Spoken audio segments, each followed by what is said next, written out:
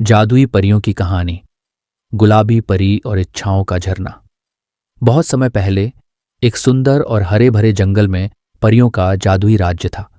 इस राज्य में हर जगह रंग बिरंगे फूल खिले रहते, पेड़ों पर चमकते जुगनू नाचते और हवा में मधुर संगीत गूंजता। यहाँ गुलाबी परी नाम की एक छोटी सी प्यारी परी रहती थी। उसकी सुनहरी चमकती पंखुड़ियां और गुलाबी ड्रेस उसे बाकी परियों से अलग बनाती थी। गुलाबी परी बहुत दयालु और समझदार थी। उसकी सबसे बड़ी खासियत थी कि जब भी कोई सच्चे दिल से कुछ मांगता तो वह उसकी मदद करती, लेकिन वह केवल अच्छे और नेक दिल लोगों की इच्छाएं पूरी करती थी। जंगल के बीचों बीच एक जादुई झरना था जिसे इच्छाओं का झरना कहा जाता था।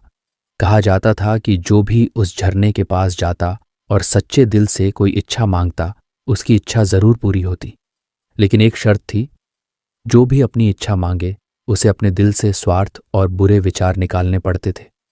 एक दिन पास के गांव में रहने वाला एक छोटा बच्चा अमन जंगल में खो गया। वह बहुत डर गया था और रोने लगा। तभी उसकी मुलाकात गुलाबी परी से हुई। परी ने मुस्कुराते हुए पूछा, अमन, तुम रो क्यों रहे हो? अमन ने कहा, मैं अपने घर वापस जाना चाहता हूं, लेकिन रास्ता नहीं मिल रहा। गुलाबी परी ने सोचा कि अमन बहुत ही मासूम और सच्चे दिल का बच्चा है। उसने अपनी जादुई छड़ी घुमाई और अमन के सामने एक सुनहरी रोशनी की पगडंडी बन गई जो सीधे उसके गांव तक जाती थी। अमन खुशी खुशी उस रास्ते पर चल पड़ा और कुछ ही देर में अपने घर पहुंच गया। उसने अपनी मां को पूरी कहानी सुनाई तो उसकी मां ने उसे प्यार से गले लगा लिया। लेकिन इसी जंगल के पास एक लालची राजा भी रहता था। जब उसे इच्छाओं के झरने के बारे में पता चला तो उसने वहां जाकर अपनी ढेर सारी सोने चांदी की दौलत बढ़ाने की इच्छा मांगी। लेकिन झरने ने उसकी इच्छा पूरी नहीं की। तभी गुलाबी परी वहां आई और बोली, राजा जी, यह झरना केवल उन्हीं की इच्छाएं पूरी करता है जिनका दिल सच्चा और अच्छा होता है। आपको लालच छोड़कर अपने लोगों की मदद करनी चाहिए।